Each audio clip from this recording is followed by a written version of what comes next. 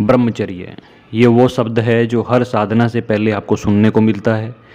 हर एक प्रकार से आपको किसी न किसी माध्यम से सुनने में आ ही जाता है। ब्रह्मचर्य आवश्यक है। जब आप कोई भी दवा लेते हो तो भी आपको ये बोला जाता है कि ब्रह्मचर्य का पालन करना है। जो आप यौन रोगों से संबंधित दवा लेते हो तो भी आपको ये बोला जाता है।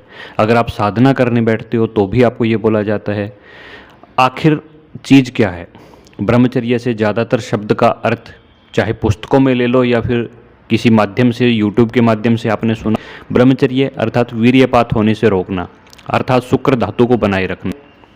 वास्तविकता के अंदर आप अगर इसको गहनता से पढ़ते हो या देखते हो या समझने की चेष्टा करते हो तो क्या ब्रह्मचर्य का एक ही अर्थ है कि वीर्य रोकना या शुक्र धातु को बनाए रखना? जबकि बहुत व्यापक अर्थ है इसका। ब्रह्मचर्य कई प्रकार के होते हैं। शारीरिक होता है, मानसिक होता है, चारित्रिक होता है, नैतिक होता है। अब मैं आपको इनके अलग अलग अर्थ समझाने की चेष्टा करता हूँ। शारीरिक से तात्पर्य वही है जो आप पढ़ते आए हो कि भाई किसी के साथ में किसी भी प्रकार से क्रिया न करना, रतिक्रिया न करना और वीर्य को बनाए रखना, भले वो माध्यम कोई भी हो, भले आपका किसी भी प्रकार से माध्यम हो, तो वीर्य बचाने का मतलब है शारीरिक ब्रह्मचर्य। लेकिन अब मानसिक ब्रह्मचर्य की बात आती है तो जी ये कौन सी चीज़ है? मानसिक ब्रह्मचर्य किसको बोलते हैं? किसी के बारे में अगर आपके मन में कामुक ख्याल आते हैं, अगर आप उस पर नियंत्रण कर लेते हो तो वो मानसिक ब्रह्मचर्य है। आपको किसी के बारे में गलत नहीं सोचना ये बोल दिया जाए तो ये मानसिक ब्रह्मचर्य। ब्रह्मचर्य का अर्थ क्या होता है? ब्रह्म यानी कि ब्रह्मा का जैसा आचरण, ब्रह्म आचरण, ब्रह्मचर्य यानी कि ब्रह्म का आचरण, यानी वो आचरण जो आपको पूर्ण रूप से श्रेष्ठता प्रदान करता है। ऐसे व्यवहार को ही ब्रह्मचर्य बोला जाता है। तो मानसिक का अर्थ हो गया कि किसी के प्रति आपका गलत भाव नहीं आना, उसको ब्रह्मचर्य बोलेंगे कि कामुक भाव समाप्त कर लेना, वो ब्रह्मचर्य है। आप एकदम से नियंत्रण कर लेते हो मन पे। हालांकि शास्त्रोक्त विधान से देखा जाए तो ब्रह्मचर्य की व्याख्या बड़ी होनी चाहिए। ब्रह्मचर्य में आपका 500 मकार आ जाते हैं। आपका 500 जो मकार होते हैं आपके अंदर वो आ जाते हैं, 500 चोर आ जाते हैं। अब जी ये चोर कौन है? काम, क्रोध, लोभ, मोह, मद, अहंकार, ये सब चोरी तो हैं। ये सब ब्रह्मचर्य के बाधक होते हैं।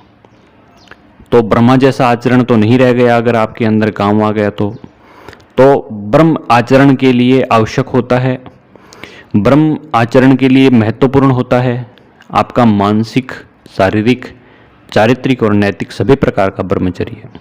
तो ब्रह्मचर्य से मानसिक में तो ये अर्थ हो गया कि किसी के प्रति काम भाव या किसी भी प्रकार का दुर्व्यवहार का भाव नहीं आना। अब चारित्रिक क्या होता है? अगर आप चरित्र से उत्तम हैं, यानी आप हर प्रकार से चरित्र से उत्तम हैं, तो ये चारित्रिक ब्रह्मचर्य की संज्ञा है। आप चरित्र में यानी आम जीवन में भी आपके जो चरित्र होता है, आम जीवन व्यवहार शैली होती है, उसमें भी अगर ये इन्हीं शब्दों को आप ढाल लेते हो, शारीरिक मानसिक के अलावा आपके चरित्र में भी ये दिखने लग जाए कि नहीं बहुत भगवत आचरण करने वाला व्यक्ति है, ब्रह्म आचरण करने वाला व्यक्ति है, तो ये ब्रह्मचर्य है। एक आता है नैतिक ब्रह्मचर्य। अब जी ये नैतिक ब्रह्मचर्य क्या होता है? इसको समझने के लिए आपको देखना पड़ेगा कि एक तो होते हैं आपके संबंध, शारीरिक या मानसिक रूप से आपके संबंध जो होते हैं किसी ऐसे स्त्री या पुरुष के प्रति जो सामाजिक दायरे में उचित नहीं है, जो समाज के अनुसार उचित नहीं है, जिसको एक्स्ट्रा मैरिटल अफेयर बोला जाता है, या फिर जैसे प्री मैरिटल अफेयर कह सकते हो, शादी से पहले या शादी के बाद में किसी और से। तो वो जो दायरे में नहीं होते हैं, जिनको समाज न्याय संगत नहीं समझता है, वो क्या होते हैं? अनैतिक होते हैं। आपने सुना होगा, पढ़ा होगा, बोला भी होगा किसी को कि वो अनैतिक आचरण करता है। अनैतिक का आचरण का मतलब वही है कि भाई जो नैतिकता के किताब से सही नहीं थे, तो नैतिकता में जो सही नहीं है उसको अनैतिक बोलते हैं। तो जो नैतिकता बनाए रखने के लिए आपको प्रयोग करना है, तो नैतिक क्या है? आप अपनी ही स्त्री से या अपने ही पति या पत्नी पर प्रतिक्रिया करते हैं, तो वो क्या है? वो है नैतिक। वो नैतिक ब्रह्मचर्य का दायरा है। उसमें आपका ब्रह्मचर्य नैतिकता के हिसाब से खंडित नहीं माना जाता। लेकिन अगर आपका उनको छोड़कर कहीं और होता है तो नैतिकता के हिसाब से ब्रह्मचर्य खंडित है। शादी से पूर्व में आपका होता है सामाजिक दायरे में तो उसको मानते नहीं हैं। आजकल जो लिव इन रिलेशनशिप है वो पहले कहाँ होती थी, किसी भी प्रकार से स्वीकारोक्ति है नहीं लिव इन रिलेशनशिप की, तो शास्त्रों में कहीं वर्णन नहीं मिलेगा आपको। तो ये नैतिकता के बाहर की चीज़ है। तो आप अगर इसको गहराई से समझेंगे तो नैतिकता चारित्रिकता, मानसिकता और शारीरिक क्षमता के हिसाब से ब्रह्मचर्य के 4 भाग हो जाते हैं। आप नैतिकता वाले पार्ट को सामाजिकता का नाम भी दे सकते हो, क्योंकि वो सामाजिक दायरे की ही बुनियाद पे खड़ा होता है। तो ये 4 भाग थे।